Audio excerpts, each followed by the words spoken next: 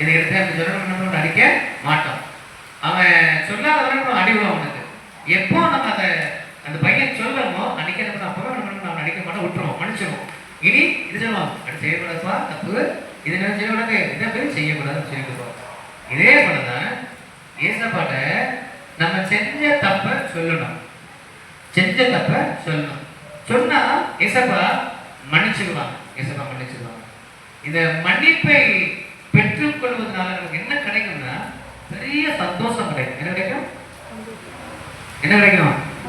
மன்னிப்பு பெற்ற சந்தோஷம் கிடைக்குமா கிடைக்காதா? ஏசப்பா பாவத்தை மன்னிச்சா சந்தோஷம் கிடைக்குமா கிடைக்காதா? கிடைக்குதுங்க இல்லையா? கிடைக்கும் கிடைக்காதா? கிடைக்கும். ஏசப்பா அந்த பாவத்தை மன்னிச்சுட்டாங்கன்னா பெரிய சந்தோஷம் கிடைக்கும். இல்லைன்னா பிசாசு கடினே மாறிடுவோம். ஒரு வேடிக்கையை ஒரு கதை சொல்லுவாங்க. என்ன அப்படின்னா, அக்கா தம்பி 2 பேர், அக்கா தம்பி 2 பேரும் நல்ல வீட்டு சேட்டை பண்ணுவாங்க. அப்பா அம்மா சொல்ற வேலையை தம்பி செய்ய மாட்டாங்க, அக்கா செய்ய மாட்டா, மாறி மாறி சொல்லுவாங்க. அக்கா சொன்னா தம்பி செய்யுங்க, தம்பி சொல்லுங்க, அக்கா செய்யுங்க. ஒரு நாள் தம்பி சாயங்காலம் வீட்டில் தோட்டத்தில் விளையாண்டுட்டு இருக்கான். பின்னால் தோட்டத்தில் விளையாடும்போது நிறைய வாத்து உண்டு. கல்லை போட்டு எரியும் போது ஒரு கல் வாத்து தலையில் பட்டு வாத்து செத்து போயிடும். சுற்றி கித்தி பார்த்தா ஒருத்தரையும் காணும். உடனே அப்பா அம்மா அடிப்பாங்கன்னு ஒரு பயம். அப்பா நான் சொன்ன வீட்டில் அடி விடுறோம்ல பயம். உடனே என்ன பண்ணா, ஒரு குழி தோண்டுனா வாத்துக்குள்ள போட்டு மூடிட்டான். குழி தோண்டா வாத்துக்குள்ள போட்டு மூடிட்டான். சந்தோஷத்துக்கு அளவே கிடையாது, சந்தோஷத்துக்கு அளவே கிடையாது. யாரும் பார்க்கல அப்படின்னு பெரிய மகிழ்ச்சி. நமக்கும் தப்பு செய்யும்போது யாரும் பார்க்கல, ரொம்ப சந்தோஷமா இருக்கும். சுற்றி பார்த்து யாரும் பார்க்காங்களா அப்படின்னு. இந்த வாலி வயசுல சில சீக்கிரம் குடிப்பாங்க. எங்க சர்ச்சில் ஒரு அண்ணன் என் மறக்கிறார், வீடியோஸுக்கு எடுத்தாங்க. ஒரு கடையில் சீர் குடிச்சிருந்தாங்க. அப்போ எங்களுக்கு சொன்னாங்க இந்த அண்ணன் சீர் குடிப்பாங்க. ஒரே எட்டிட்டு பார்ப்பாங்க, யார் பார்த்தா அண்ணே ஒளிஞ்சு ஒளிஞ்சிருப்பாங்க. ஒரு வகை சிரிப்பா இருக்கும் பார்க்க. ஏன் அதை செய்யறாங்கன்னா யாரும் தப்பு செஞ்சதை பார்க்கக்கூடாது, ஒளிறாங்க, ஒளிஞ்சு ஒளிஞ்சு செய்யறாங்க. இதே போல இந்த பையன் பார்க்கலாம், ஒருத்தர் பார்க்கல, சந்தோஷம். என்னோட மாற்ற முடியாது, இன்னைக்கு யாருக்கும் தெரியாது.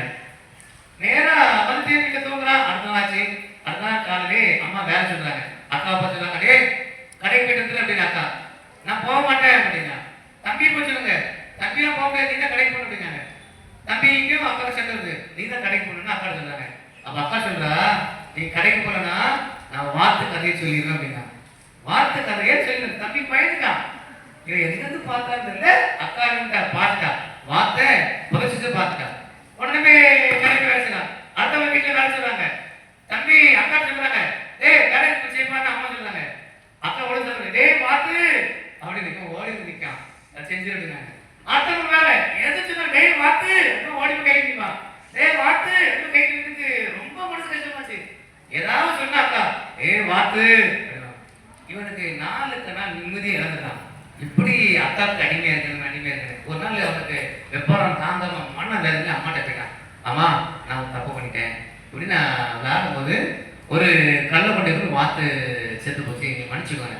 இவ்வளவு தானா, நம்மகிட்ட 1000 வாத்து இருக்க, 1 ரூபா செத்துலையும் கவலைப்படுது இன்னும் அடிச்சுட்டு அவங்க அம்மா மன்னிச்சு விட்டாங்க. இவனுக்கு சந்தோஷமா தெரியும் சாமில. ஆனா அம்மா அடுத்த வேலை செஞ்சாங்க. அவன் அக்காட்ட டேய் கடைக்கு போயிட்டு அப்படின்னு. அங்க இருந்து அம்மா அக்கா டேய் வாத்து அப்படின்னா. அவன் இருந்து டேய் நேத்து அப்படின்னா. முடிஞ்சிச்சு. என்னைக்கு அம்மாட்ட சொன்னானோ அன்னில இருந்து அவனுக்கு கவலைப்பட்டு போயிட்டு.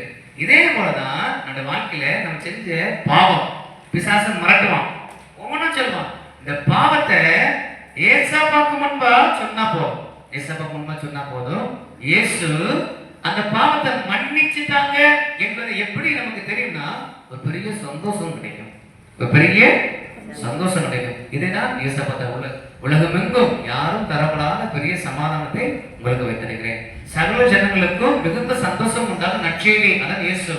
ஏசப்பா நம்ம வாழ்க்கையில வந்துட்டா. எப்போ வருவாங்கன்னா, நம்ம செஞ்ச பாவத்தை ஏசப்பாட சொல்லிட்டா இயேசு மன்னித்து நம்ம வாழ்க்கைக்குள்ள வந்துருவாங்க. நம்ம வாழ்க்கைக்குள்ள ஏசப்பா வந்துட்டா பெரிய சந்தோஷம் கிடைக்கும். சரியா?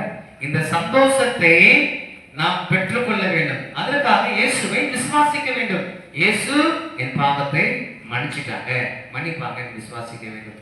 பெரிய சந்தோஷத்தை பெற்றுவேன். கடைசியாக கை கொள்ளுவேன். மறுச்சனே வெறுத்து விடுவேன். 2வது விசுவாசிப்பேன். 3வது கை கொள்வேன். எதை கை கொள்ள வேண்டும்? ஏசப்பா சொன்ன செயல் எங்க இருக்கு? வேதாகமத்தில் இருக்கு. பிறருக்கு அன்பா இருக்கணும், மன்னிக்கணும், கொடுக்கணும், ஜெபம் பண்ணணும், ஆலயத்துக்கு வரும் நிறைய காரியங்கள் இருக்கு. இது எல்லாத்தையும் உங்க வாழ்க்கையில் என்ன பண்ணணும்? கடைபிடிக்க வேண்டும், கை கொள்ள வேண்டும். ஒழுங்கா ஆராதிக்க ஞாயிற்றுக்கிழமை ஜெபத்துக்கு வரணும். டெய்லி என்ன பண்ணணும்? ஜெபம் பண்ண வேண்டும். டெய்லி என்ன பண்ணணும்? ஜெபம் பண்ண வேண்டும். டெய்லி வேதாகமத்தை தினமும் என்ன பண்ணணும்? வாசிக்க வேண்டும். தினமும் வாசிக்கணும். வாசிக்க தெரியுமா? வாசிக்க தெரியாது. உங்களுக்கு தெரியுமா? தெரியாது. உங்களுக்கு தெரியுமா? தெரியும். உங்களுக்கு வாசிக்க உங்களுக்கு வாசிக்க தெரியுமா? தெரியும்.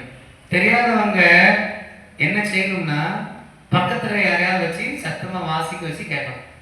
என்ன யாராவது வாசிக்க சொல்லி கேட்க வேண்டும். கண்டிப்பாக இந்த வேத வசனத்தை என்ன பண்ணணும்? நீங்க கேட்க வேண்டும். அது உங்களுடைய வாழ்விலே பெரிய